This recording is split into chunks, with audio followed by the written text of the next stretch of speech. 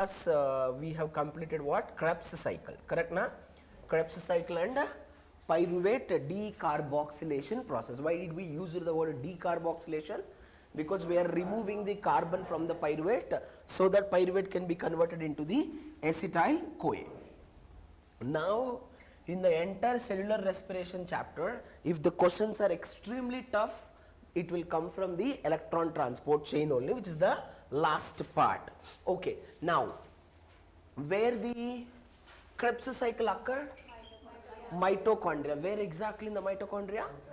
Mitochondrial matrix. What is matrix? It's a gel or a matrix like structure which is present inside. Correct now? Why only it occurred here? Because the enzymes required for Krebs cycle present there. No need to get confused.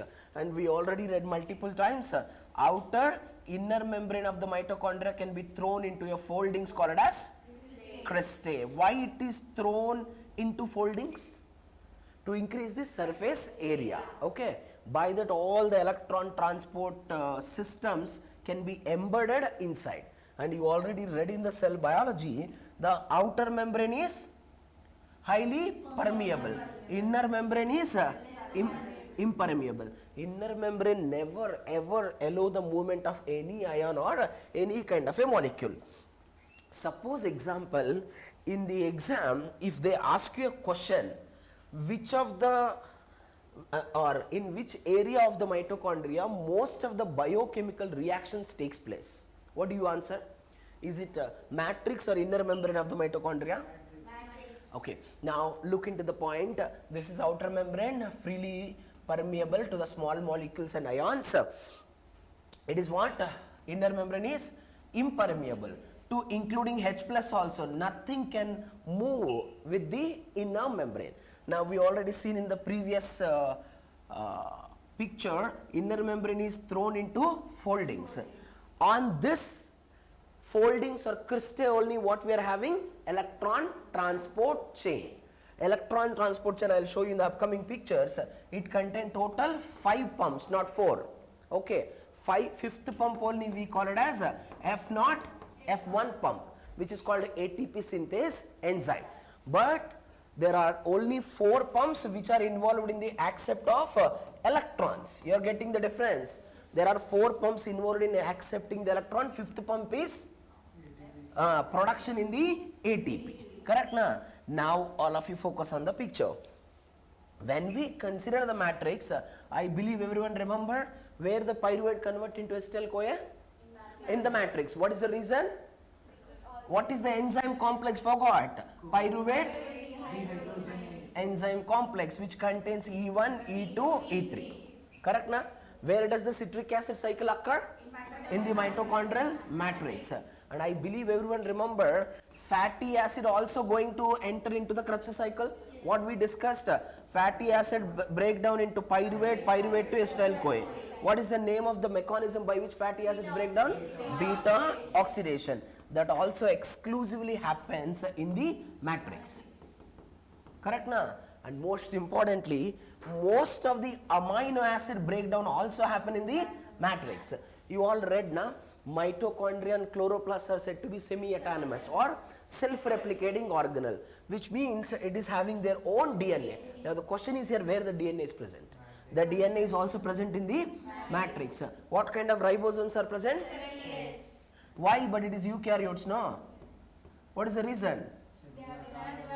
Because we read very clearly that mitochondria and chloroplast are strictly derived from prokaryotes, that is the bacteria.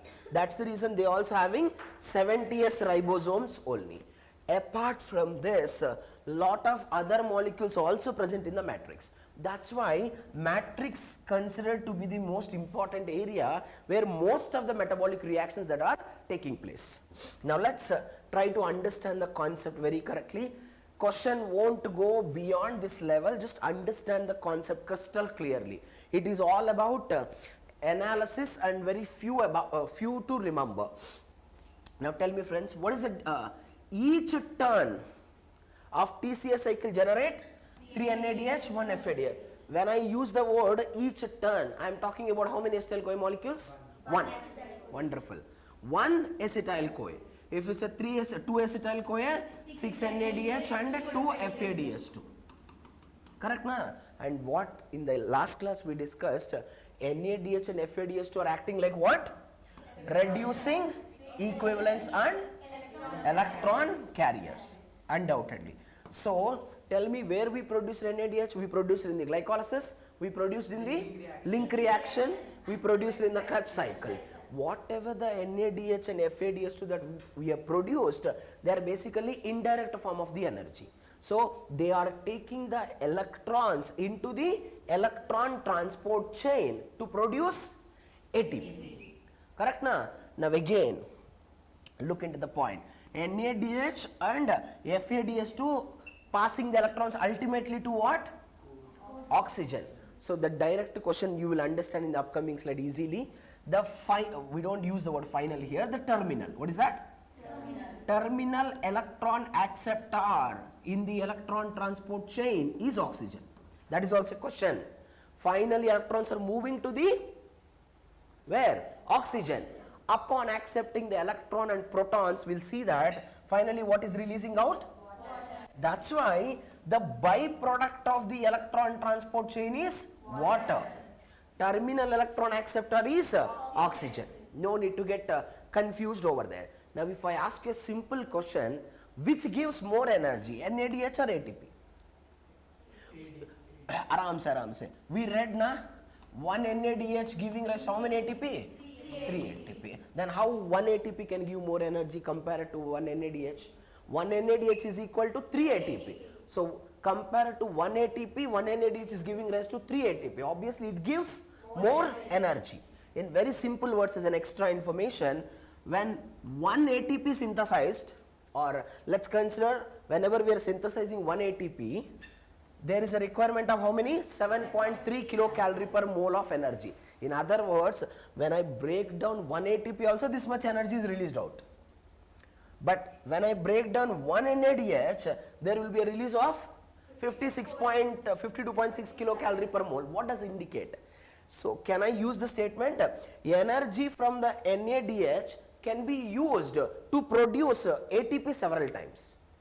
Correct na? 1 ATP hardly giving 7.3, but NADH is giving, can I say more than 4, 5? Okay, that is an approximate. This much of energy it will give rise to. Okay, this is an additional point, just try to remember that point enough. Okay, and I want you to know the definition of this one also. Oxidative phosphorylation. What is called oxidation we discussed?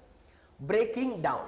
See, in the entire cellular respiration, always remember oxidation is breaking of food molecules. Either it's a carbohydrate, protein, lipid, everything has to break and has to give the energy.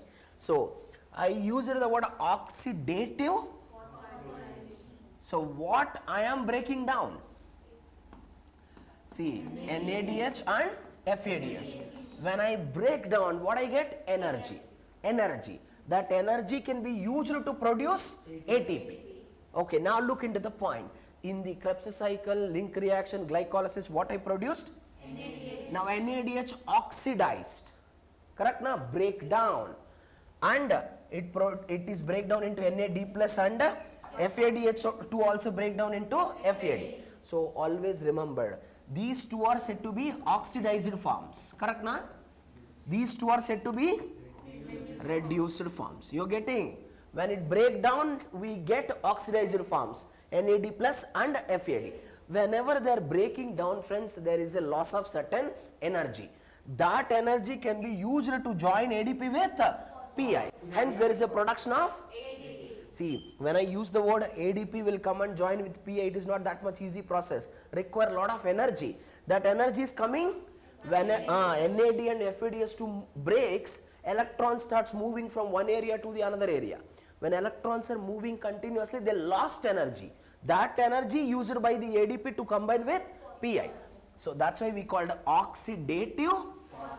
So we are oxidizing or breaking down the NADH and FADH₂ and we are producing ATP. No point of confusing here. It is all about informative and understanding. See here, all of you, whatever the lines are there, that is very important. I want you to focus on it correctly. Question won't go beyond this level focus. whatever the NADH and FADH₂ produced during the glycolysis and link reaction and Krebs cycle are means breaking down in the electron transport chain, and whenever they are breaking down, whatever the energy that is released, that energy is used in the form, I mean, so to produce the ATP. Correct na? So can I say electron transport chain is the final step of the aerobic respiration? Yes. Correct na? It is the final step in the aerobic respiration in eukaryotes. Just now you all people has given very correct answer. Where the electron transport chain is happening? Where? Inner membrane of, don't use the word mitochondria, specific location. Now obviously bacteria also perform cellular respiration. When the bacteria body glycolysis is happening, Krebs cycle is happening, electron transport chain is also happening. Then where it happens in the bacteria? Where is the site of the electron transport chain in the bacteria? And on the membrane. Okay. Suppose now answer all of you. I told you in the photosynthesis, plants perform photosynthesis. Some bacteria also perform photosynthesis. Since plant is performing the photosynthesis, all the what we can say photosystems where they are embedded, very good, on the thylakoid membrane. But then in case of bacteria also there are photosystems where they are present on the plasma membrane. So in simple words, most of the functions performed by the bacteria by using their plasma membrane. Don't confuse. In case of a prokaryotes, glycolysis Krebs cycle occur in the cytoplasm. You're getting the point, because they do not have mitochondria. But electron transport chain is taking place in the plasma membrane. Never ever get confused over there. So what is oxygen? Terminal electron acceptor, because the function of NADH and FADH₂ is what? Transporting the electron. So someone has to accept that electron. Who is accepting? Oxygen. And finally water is released as a byproduct. Now let's understand very briefly and elaboratively. Entire concept I'll explain in this slide. Okay, then we'll read one by one extremely elaboratively. Okay, if you understand this, it is very clear. This is what membrane? Inner membrane, correct na? So let's consider, friends, this is outer membrane, correct na? This is inner. Between that intermembrane space, and what about this remaining space? Matrix, correct na? So it is very clear. All of you focus on the picture correctly. On the inner membrane, good evening, please continue. Continue everyone. On the inner membrane of the mitochondria, how many electron acceptor complexes are there? 1, 2, 3 and 4. Correct na? Yes, continue Hemant. Good evening. Now, complex 1, it is very important, you have to remember every single name elaboratively. Complex 1 said to be dehydrogenase. See friends, very interesting point. After the complex 3, after the complex 1, what is situated directly? Complex 3, not 2, which is called as cytochrome BC1. After that, 2, we call succinate dehydrogenase. Complex 4, we call, and what else is present here? Which is complex 5. Okay, F0, F1. Now there is no point of getting confused over there. Aram se listen. So now where the Krebs cycle occur? Where is the location? Matrix. Successfully what we produced? NADH and FADH₂ we produced it successfully. Now the point is that what we discussed, inner membrane is permeable or impermeable? Completely impermeable. It never allow the movement of anything. Correct na? Now what is happening? NADH also can't move. So for that reason NADH is oxidizing. Whenever NADH oxidizes, it oxidizes into NAD plus H plus electron. You're getting? So friends, this electron starts moving. Why electron starts moving? Because all these are all electron acceptors. That's why electron starts moving. Protons can't move. Okay, only electron starts moving. Now look into the point very correctly, focus on the picture. First NADH breakdown. What we got? ND plus electron plus proton. Now I believe everyone remember what is the gross ATP for one glucose? Gross ATP for 1 glucose. Did I ask for glycolysis? Overall, how much? 38. Which is gross. But what is the net we studied? 36. What happened to the 2 ATP? We used it here. For the oxidation of NADH. We use it there. Then what do we got? We got NAD plus electron plus proton. Now what's happening now? This electron accepted by complex 1. You're getting the point. I'll explain slowly. I'm just giving you the overview here. We read extreme depth. The complex 1 contain FMN, flavin, mononucleotide. Then FES, iron, sulfur, protein.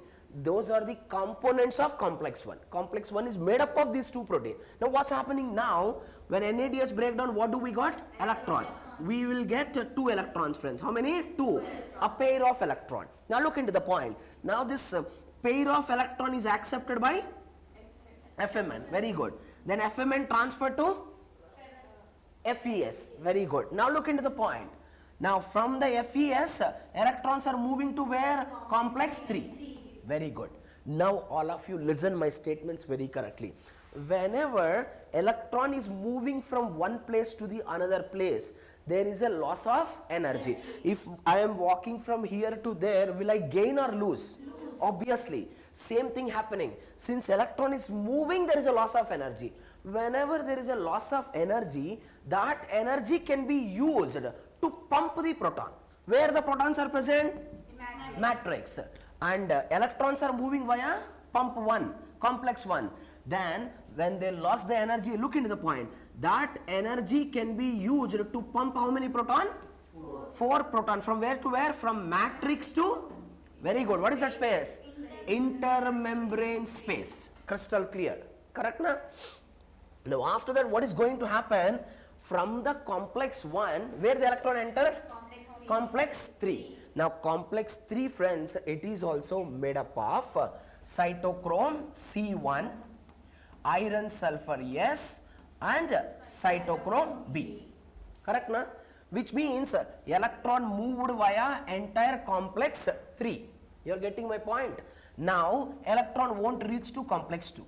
Can you see the picture?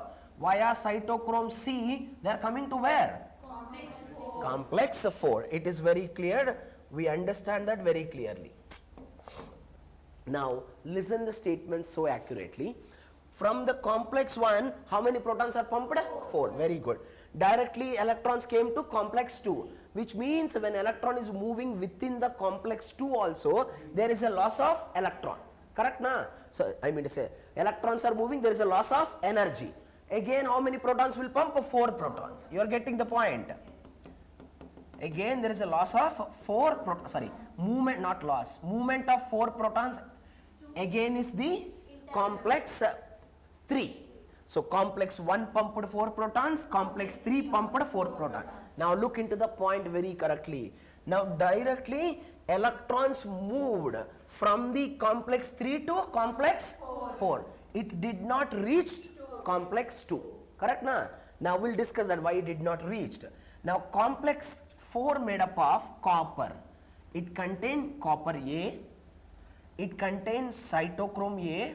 It contains very important cytochrome A2, A3, and it contains copper B. These are the proteins that are present in the complex 4. Correct na? Now all of you slowly think and answer the given question. Now electrons are moved from the 3rd complex to the 4th complex. So which means undoubtedly this 4th complex also has to pump 4 protons, because complex 1 pumped 4, complex 3 also pumped 4. But here, can you see the picture? Complex 4 is pumping only 2 protons. Now understand the point. So how many protons are left out? 2 protons are left out. Now what happened to the electron? Can you see the picture? Electron is finally accepted by oxygen. Can you see that? Half oxygen. Now half oxygen accepted how many electron? 2 electrons. And how many protons are left? 2 protons. It accepted 2 protons. Then there is a release of what? You're getting? So terminal electron acceptor is molecular oxygen. End product is water. Now once again everyone just try to understand the picture. Whenever there is a oxidation of the NADH, 4 protons are pumped out from the matrix into the intermembrane space, then that pair of electron from the complex 1 moving to the complex 3, again there is a pumping of 4 proton, there is a no electron movement in the complex 2, then electrons are moved to the complex 4, but it pumped only 2 proton, correct na? No need to get confused over there. We will justify it very correctly. Then finally electron accepted by oxygen and protons accepted from the matrix. Anyway, matrix is rich of protons only. Then we got water molecule. Now I will give you a small hint here. Now everyone just try to understand the picture so correctly. Now you tell me, if I ask you a question, one NADH pump how many protons total? 10 proton, correct na? 4 here and 2 here. Total how many? 10 proton. Correct na? So now I will explain you in the upcoming slides. Okay, anyway, let me simply summarize this to you. Later we will discuss extreme depth.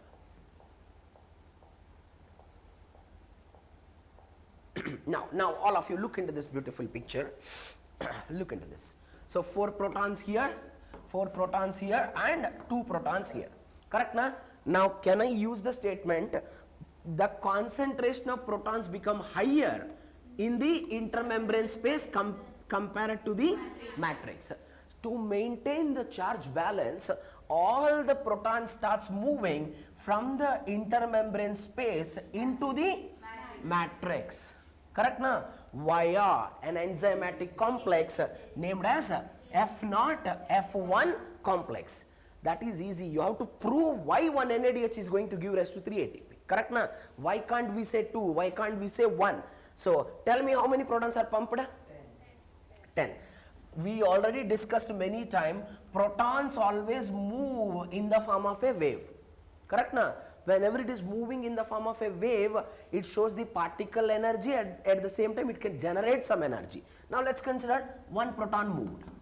We'll discuss that. F0 is called as integral membrane protein. Why did I use the word integral membrane protein? Because it is embedded in the membrane.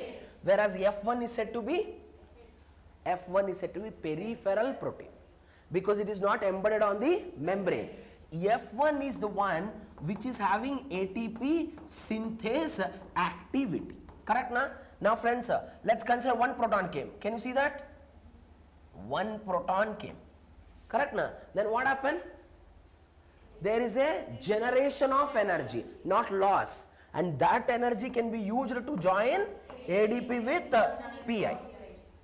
Correct na? Hence there is a production of ATP. So in very simple words, I can tell to all of you, when 3 protons are pumped, 1 ATP can be synthesized. How many protons we have?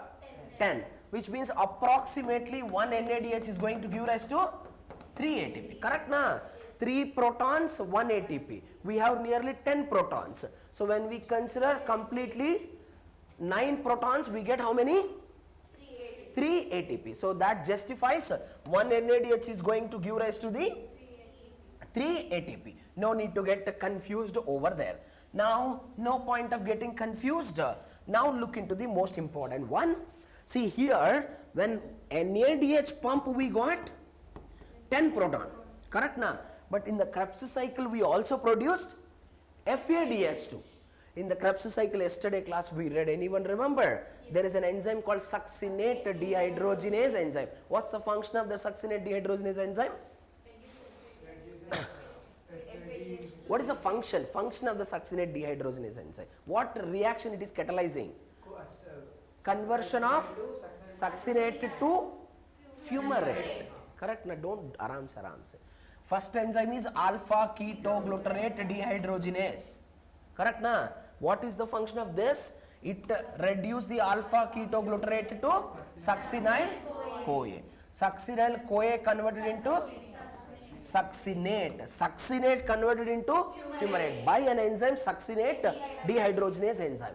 And interestingly, this succinate dehydrogenase enzyme having a binding site for FADH₂, not NADH. Now, can I say one simple statement to you? FADH₂ do not require the complex 1 only. Why?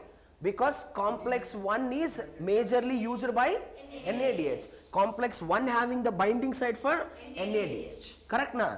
Now you already studied. So FADH is moving towards which electron complex? Complex 2. Complex next 3 and complex 4. Can you tell me how many protons now? 6. Why 6? Very good. Third complex 4. Third complex 4. Fourth complex 2. Very good.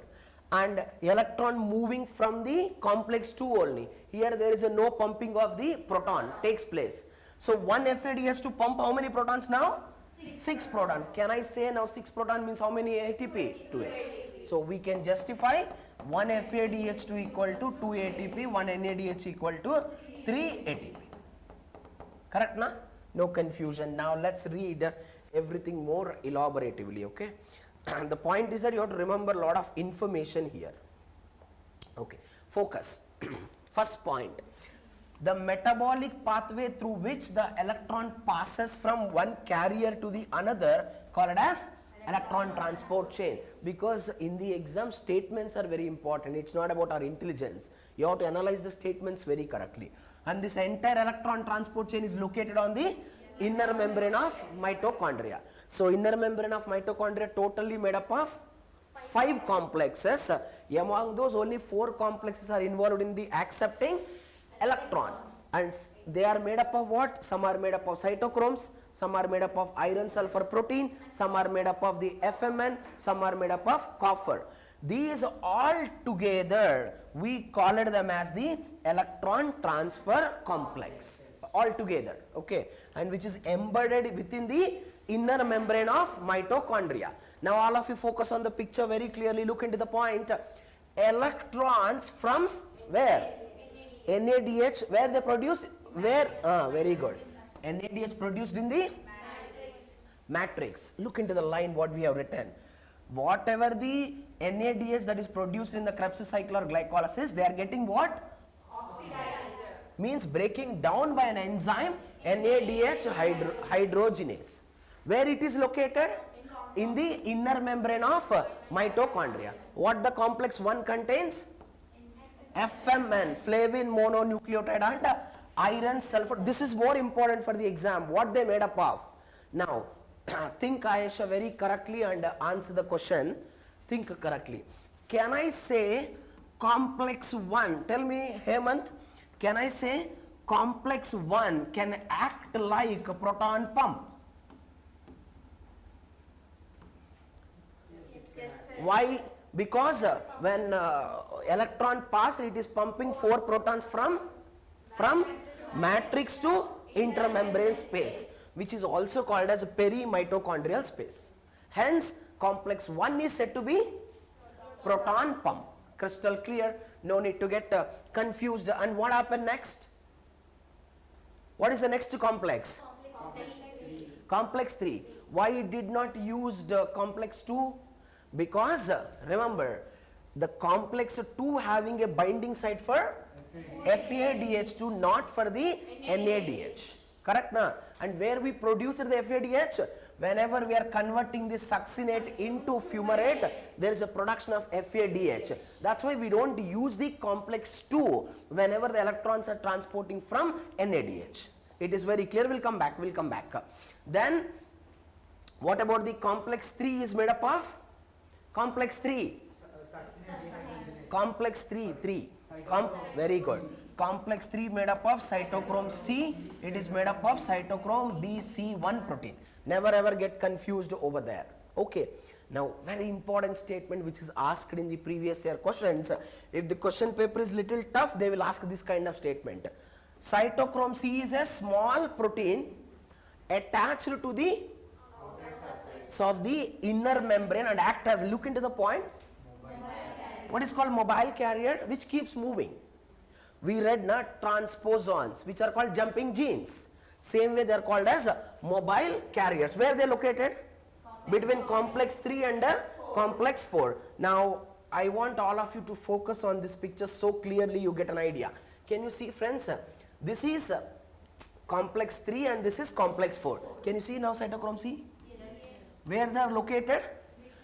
Outer surface of inner membrane. This is inner membrane, outer of inner membrane, which is called perimitochondrial space. Do not confuse with the given statement.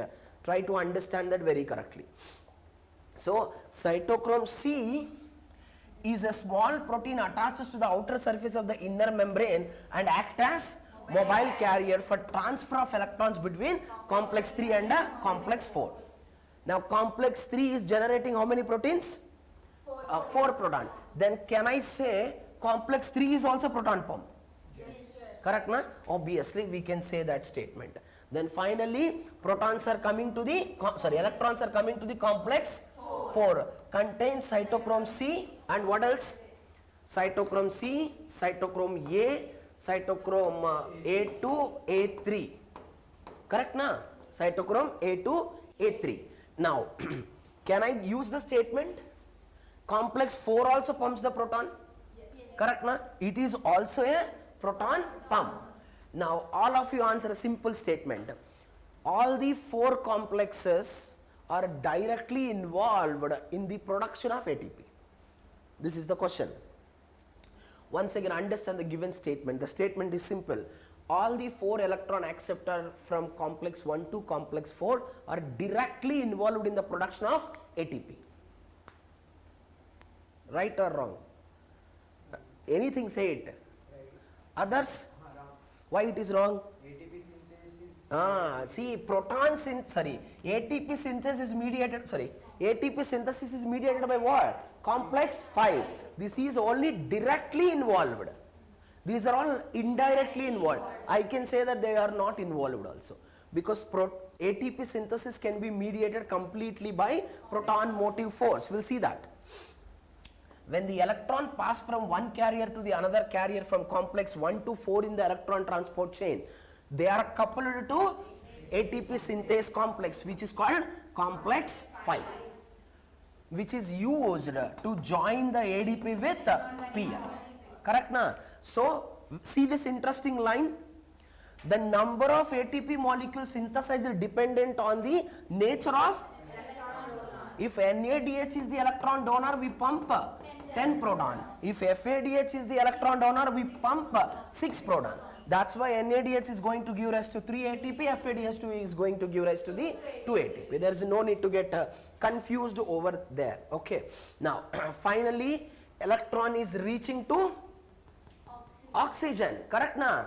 So, oxygen is the one which accept electron plus proton. Correct na? In the exam, if they ask which is the final hydrogen acceptor or final electron acceptor, obviously it is the molecular oxygen which is released in the form of a water. So, byproduct of the entire cellular respiration process is water. Correct na? Which is most important, oxygen. End product is water. Correct na? See here, unlike photophosphorylation, in respiration, it is the energy of oxidation reduction utilized for the same process. That is the reason we call it as oxidative phosphorylation. Tell me, all of you, please justify me these two statements. See friends, we read photosynthesis. What is the first step in the photosynthesis? Light reactions. In the light reaction, what is getting breakdown? Water. Hydrolysis of water or photolysis of water will take place, which is called as oxidation. Correct na? And what is reduction? Reducing the carbon into glucose. You understand, whatever the oxidation, whenever oxidation occurs, there is a release of oxygen. This is the oxygen what we breathe. By using that oxygen, we are producing finally ATP. Correct na?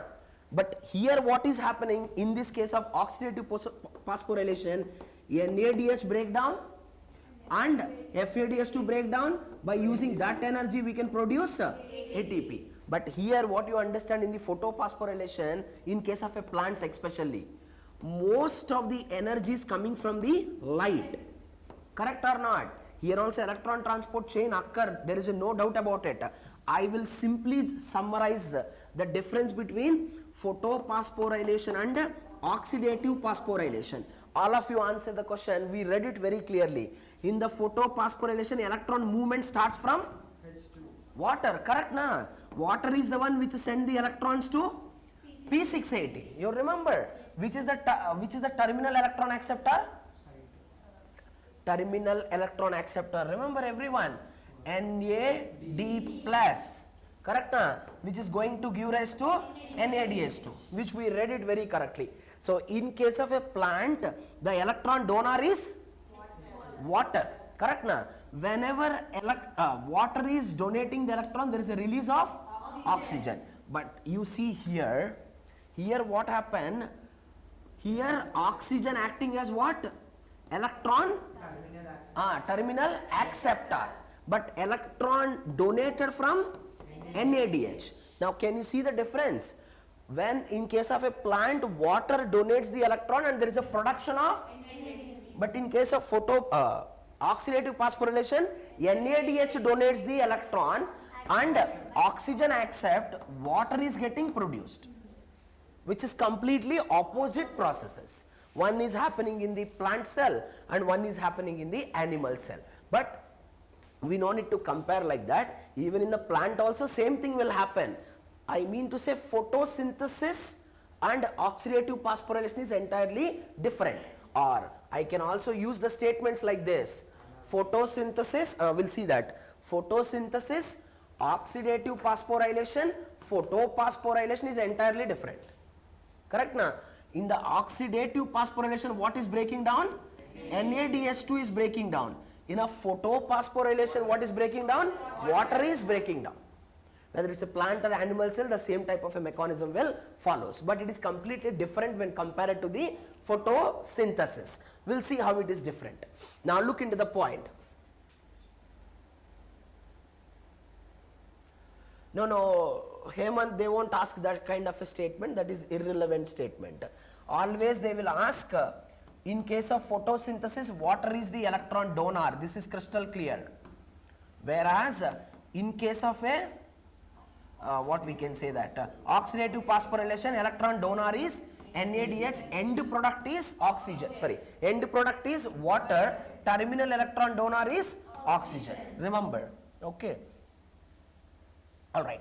Okay. Now look into the point very correctly. Now look into the difference. See this. Another difference between photophosphorylation and oxidative phosphorylation is with respect to, see that, location of generation of proton gradient. We read the photosynthesis so clearly. Let's quickly recall. This is what membrane? Thylakoid membrane. This is what region? Matrix. Correct or not, friends? And what about this? Sorry, this is lumen. This is very good. This is stroma. On the thylakoid membrane, we have photosystems and ATP synthase enzyme. Can I say that protons are moving from lumen to stroma? Correct na? Now tell me here what is happening. From first it is moving from stroma to intermembrane space. Again they are coming back from intermembrane space to stroma. Correct na? Via ATP synthase. So look into the point. In photosynthesis, the proton gradient is generated across the thylakoid membrane. Correct na? And protons accumulate in the thylakoid lumen. Again they move from lumen to the stroma. Simple. In respiration, the proton gradient is generated across the inner membrane of the mitochondria. This is the fundamental difference between these two. Okay. Now we'll discuss this in a while.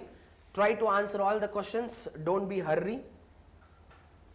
Okay, slowly think and answer all the questions.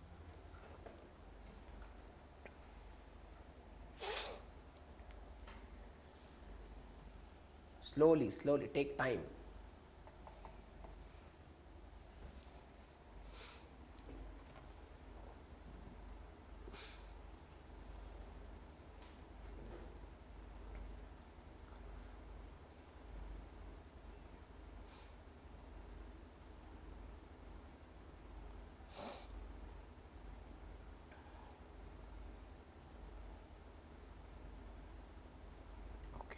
Tell me, Hemant, what is the answer?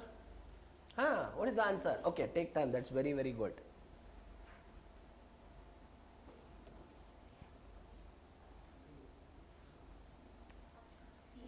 Option C. What is this EMP pathway? Glycolysis is also called as EMP pathway based on the name of the discoverer, Embeden Meyerhoff Parnas. Correct, na? So A will be the 4. B will be the 4. Okay. And now tell me, what is the difference between oxidative decarboxylation, oxidative phosphorylation? Ma, what is oxidation? What is oxidation? Breaking down. Decarboxylation, we are removing the carbon. Correct, na? So which means, what is that? Conversion of pyruvate to acetyl CoA. Correct or not? Yes. Pyruvate to acetyl CoA, which is mediated by an enzyme? Pyruvate dehydrogenase. Undoubtedly A will be the 2. Oxidative phosphorylation. Now tell me. So which we are breaking down, NADH and FADH₂, which is related to electron transport chain. Tricarboxylic acid, citrate. Where is this enzyme is located? Located. What is the location? Matrix. Because the reaction is happening in the matrix, this is involved in the production of citrate. So obviously, what is the answer? C, yeah? Correct. Very good. Okay. Now slowly think and answer.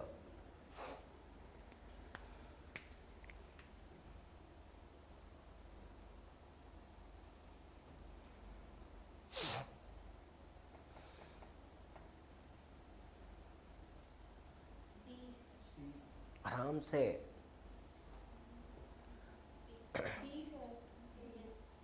Why man C?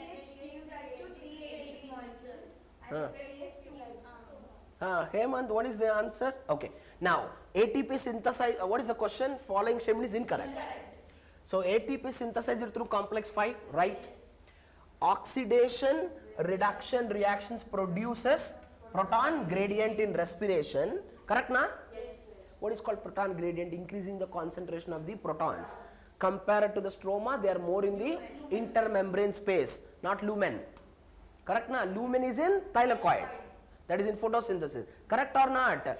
Correct, na? This is outer membrane followed by intermembrane. This is the intermembrane space. And what is this? Matrix. Correct, na? Now first protons are high in the matrix.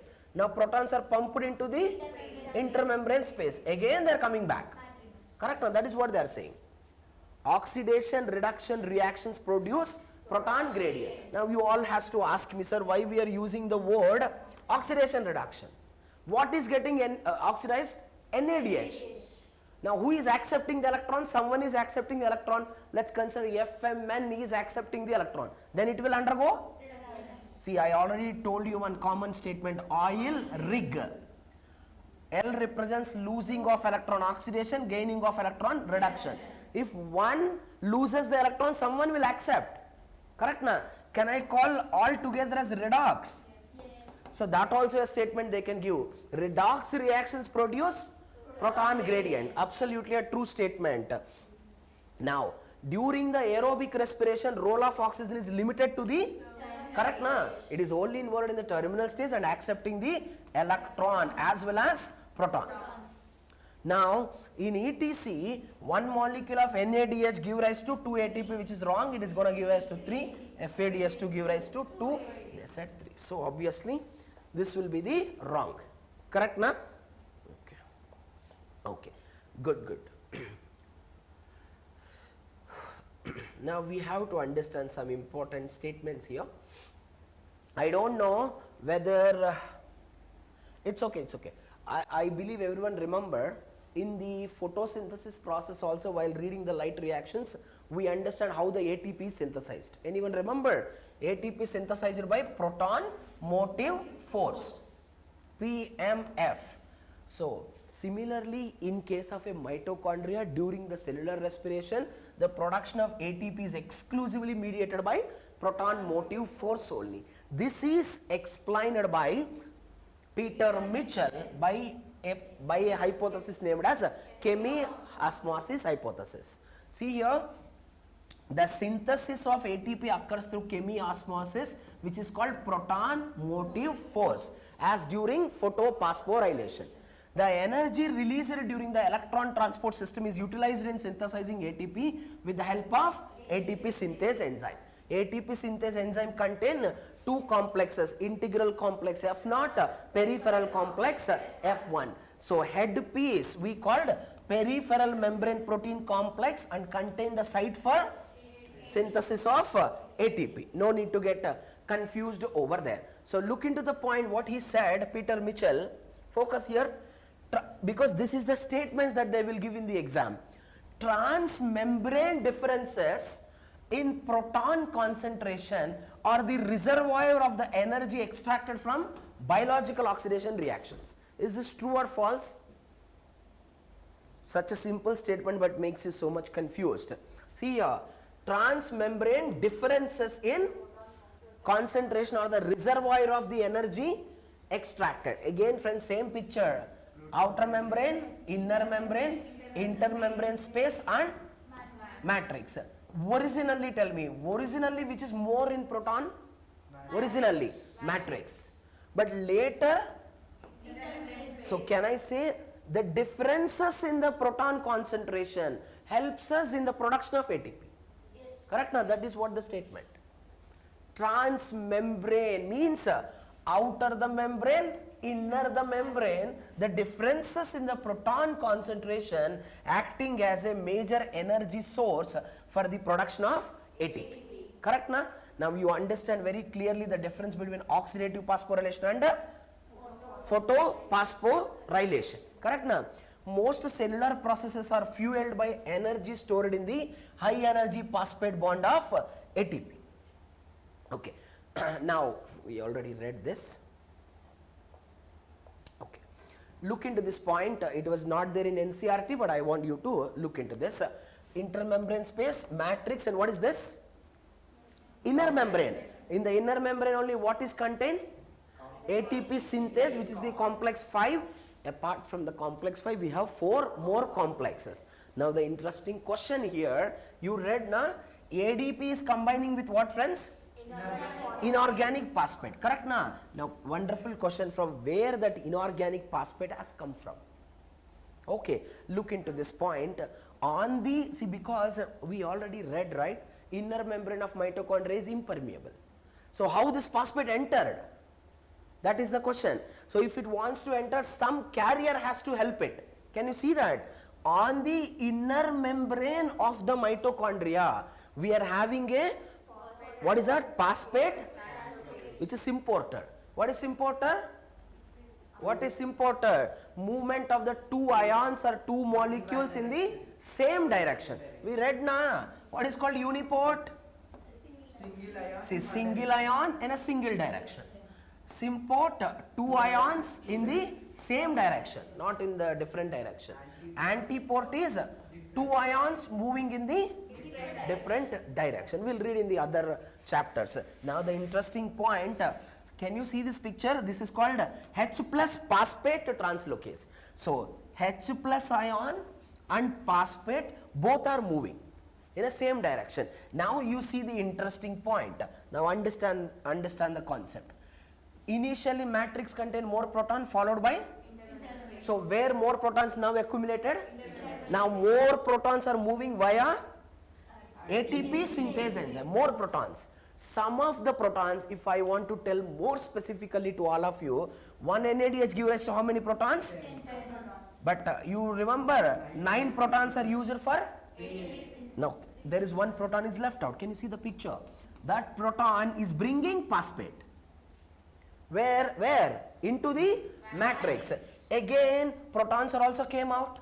Then that ADP will go and combine with phosphate. Then there is a production of ATP. Okay, so on the inner membrane of the mitochondria, 4 electron acceptor complexes and one is phosphate translocase importer, and 5th complex is what? ATP synthase enzyme. No need to get confused over there. Okay. Now there is a small concept which is called as the respiratory sheet. Okay, and why did we call it as the amphibolic pathway? Yesterday we read na both catabolism and anabolism occurred in the Krebs cycle. That's why we call it as the amphibolic pathway. Now an example I will tell you. In the Krebs cycle we produced citrate, na? Correct, na? And what else we produced? We produced fumarate. What else we produced? We produced succinate. We produced malate. These all can be used in the synthesis of variety of nucleotides, or they are acting as a precursors for the biosynthesis of nucleic acid. Best example, fumarate, succinate, they also required for the biosynthesis of the head of the porphyrin. Remember, chlorophyll head contain porphyrin head. That porphyrin head is made up of succinate and fumarate only. So what I am trying to say here, whatever the intermediates that are produced in the Krebs cycle, those intermediates are used to produce some other products.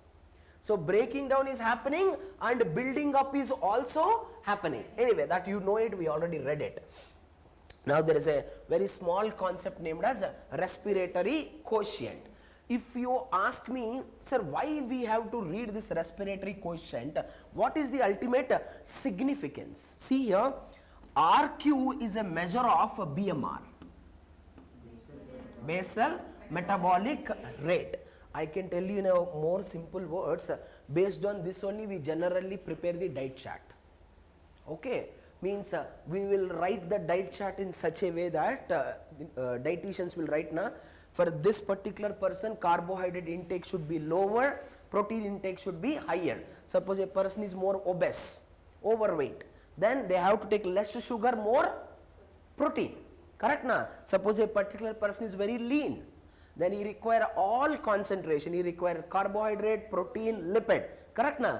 Those all completely decided by the BMR only. So first of all, what is called as respiratory quotient, also called as the RQ. It is a measurement which is exclusively depends on BMR. Now see here, how can I define the ratio of respiratory quotient? The ratio of volume of carbon dioxide evolved. Evolved means released out to the volume of oxygen consumed. How much oxygen is consumed, how much carbon dioxide is evolved or released. Correct, na? So for every organic substances, the respiratory coefficient is completely different. See here, by determining the value of RQ, nature of respiratory substance can be understood. What do you mean by that? Once again read the line. By determining the value of RQ, we can say whether the respiratory substrate is carbohydrate, protein, lipid or organic acid. Because every substrate having a fixed RQ. Once we measure the RQ, we can understand what kind of a biomolecule it is. Now look into the picture very correctly. See here, when carbohydrates, correct na, what is this reaction? What is this? Glucose. Correct na? Combined with oxygen. There is a release of dioxide, water along with that energy. According to our formula, carbon dioxide evolved by O2 consumed. So carbon dioxides are 6, oxygens are also 6. So it is fixed. It is fixed that for every carbohydrate the respiratory coefficient is what? 1. It is completely fixed for most of the carbohydrates. Now when you consider the fats, in the last class I asked you a question. If you take a carbohydrate, protein, fats, which gives more energy? Fats always give more energy. In more simple example, I'll tell you, fat, you will read in the MBBS first year in the biochemistry, fat will produce around 100 NADH. Fat will produce nearly 130 to 140 ATPs. Correct na? That you will read later. Anyway, now you see here, there is an example of a tripalmitin. Look into the point, how many oxygens are there? 6 oxygens are evolved. Something is wrong here. No. And no, this is wrong actually. Yeah. Here the number of oxygens are 145 and number of carbon dioxide are 102. So it is very clear the RQ of the lipids is less than 1, which is 0.1, because they may ask 0.7, they may ask the question in the exam, arrange the following biomolecules either in the ascending or descending order according to their RQ value. Okay, you have to remember it, it is not greatly conceptual. And again, when you look into the proteins, again see here, 2 carbon dioxide evolved out of 0 consumption of oxygen. Obviously the value will be what? Infinity here. Okay. Now most important which they ask in the exam is always organic acid. So simply remember friends, for carbohydrate it is 1, fat is less than 1, whereas for proteins infinity, organic acid more than 1. Always remember in this way. Okay, again here volume of carbon dioxide is 4, oxygen is 3, the value is more than 1.33. Okay, even though I don't explain, you can read that very easily because you have to remember them very correctly. Of course, Hemant, that statement is absolutely true, but if you take the fat in a calculated amount, it is extremely useful. We will read in the biomolecules chapter. Okay, so what we have completed so far, we completed cellular respiration chapter, and we also completed photosynthesis. I think CAM pathway is left out, na? We will discuss that CAM pathway also. Then the third chapter, very important one, plant growth and development. If you ask me, highest number of questions will come from here. Let's consider from entire plant physiology, let's consider 5 to 6 questions are coming. Sometimes they'll give more questions from cellular respiration, sometimes they'll give more questions from here, sometimes they'll give more questions from here.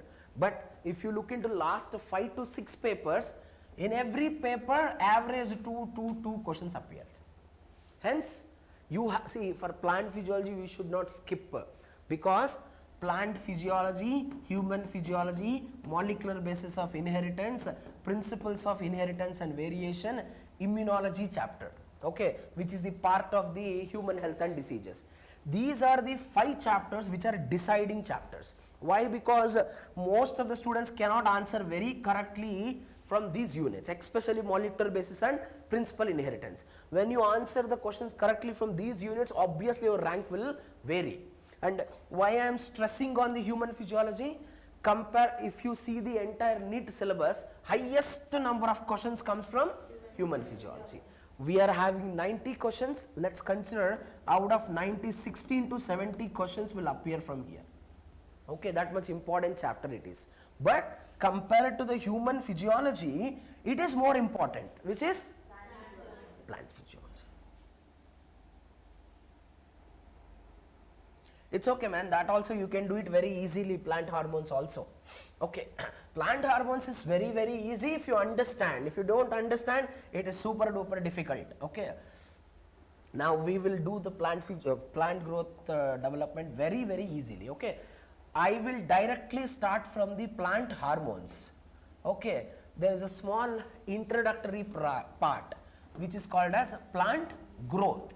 Okay, where you read differentiation, redifferentiation, dedifferentiation, and some of the growth patterns. Okay, this part madam will teach, which is easy part. I will teach the difficult part, which is the plant hormones. Okay, now it's okay, man, it's okay. Okay, now I'll just give a small introduction. See, in the plant hormones, I'll give you the PPT which contain 200 slides, I think 160 slides of all PPT. Okay, entire plant growth and development. Even one question also won't go beyond that level along with my lesson. Make sure you read and understand every single slide, then you get a crystal clear idea. Okay, just follow that PPT blindly, you can answer all the questions. Okay, now let's directly discuss plant hormones. Then we will go to that growth patterns at the last if I find the time. Now, simply give me the definition of the hormones. Tell me, what is the simple definition of hormone? Hormones. Tell me, Hemant, what are the definition of the hormones? Hormones, man. Right or wrong? Say something. See. What ma?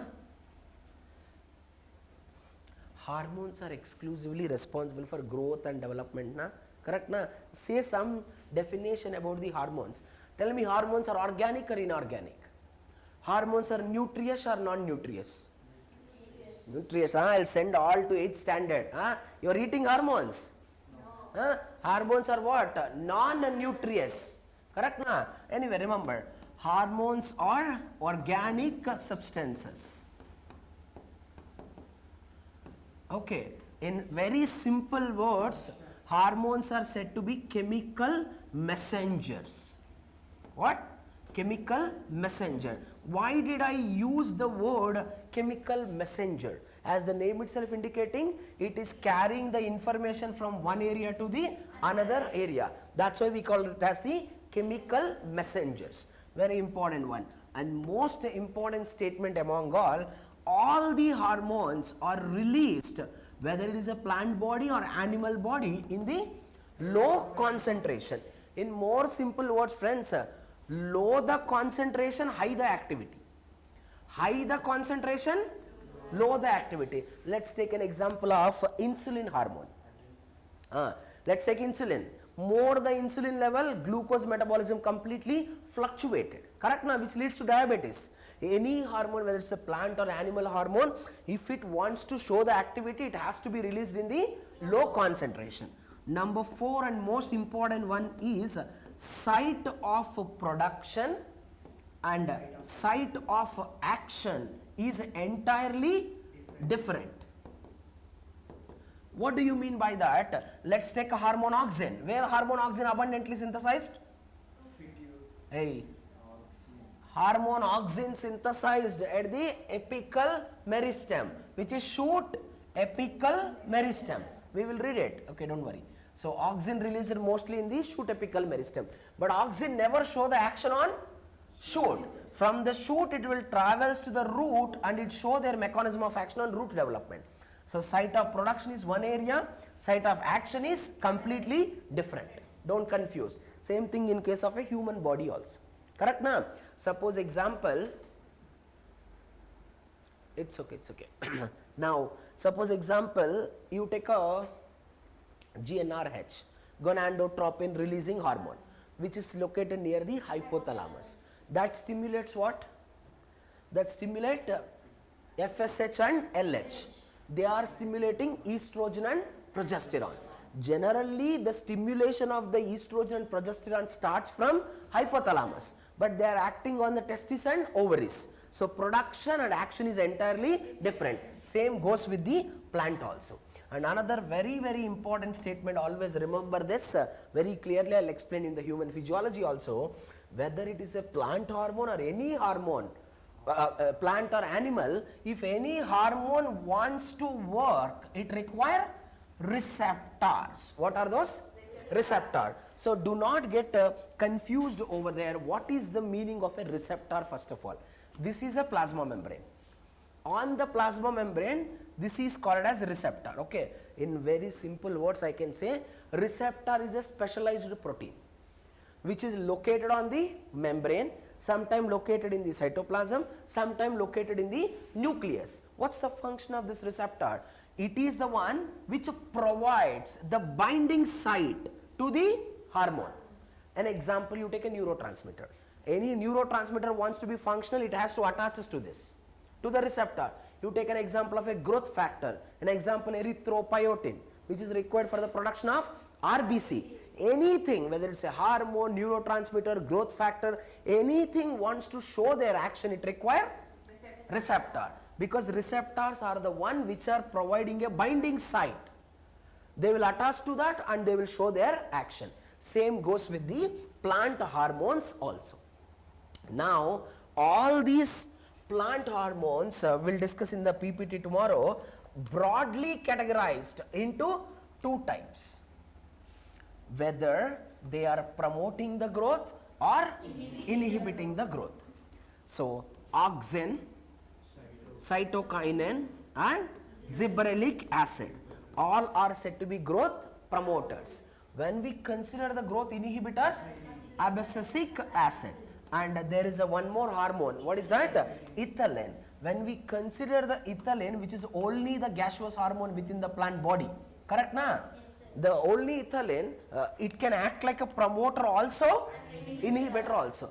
But the question is here, will it show more promoter activity or more inhibitor activity? It will show more inhibiting activity. Some condition only it can show the growth promotion. Okay, this is very simple. Okay, we'll read everything extreme depth. Now, all these hormones are derived from certain precursor molecules. What are called precursors, friends? Precursors means starting compounds or starting material. We'll read everything elaboratively. Let's take a number one hormone, auxin. Correct na? Auxin is generally derived from indole. What derivatives?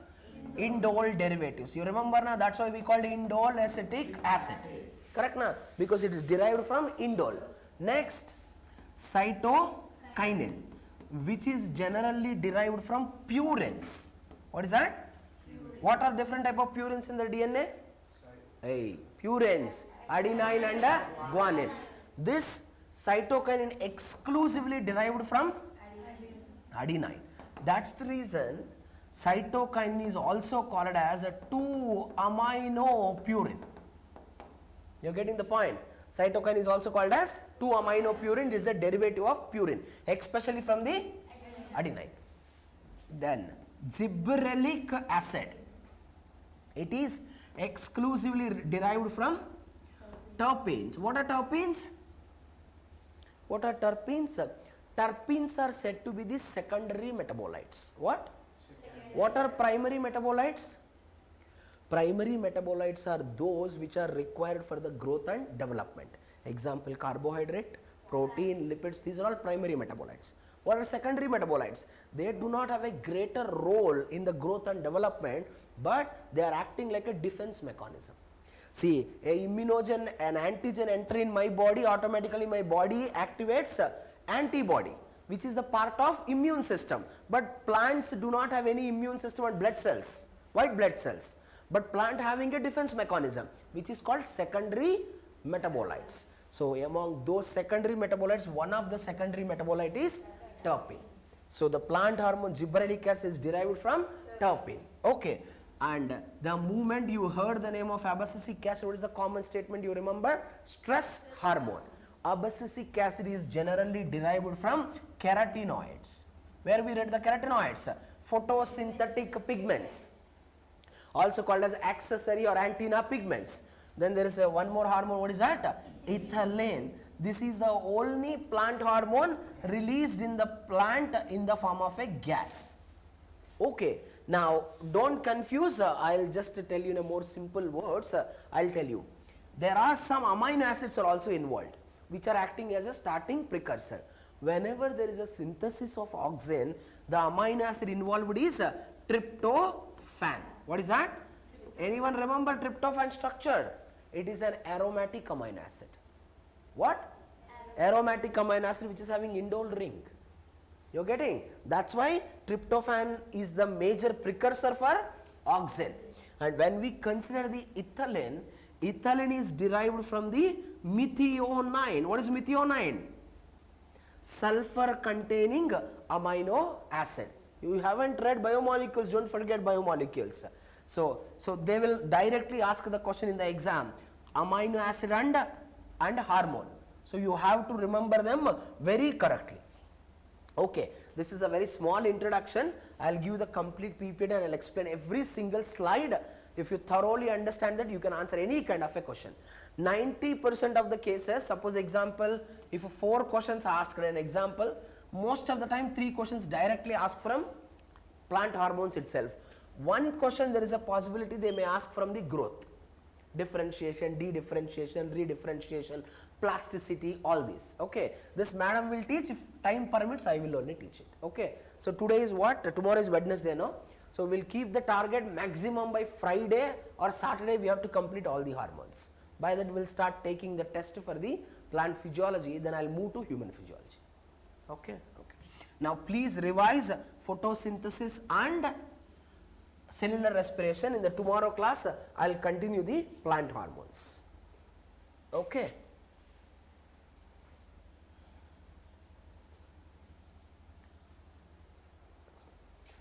Okay, take some break, okay. So, and continue the study hour, we will continue in the tomorrow class. We will start the plant hormones, okay.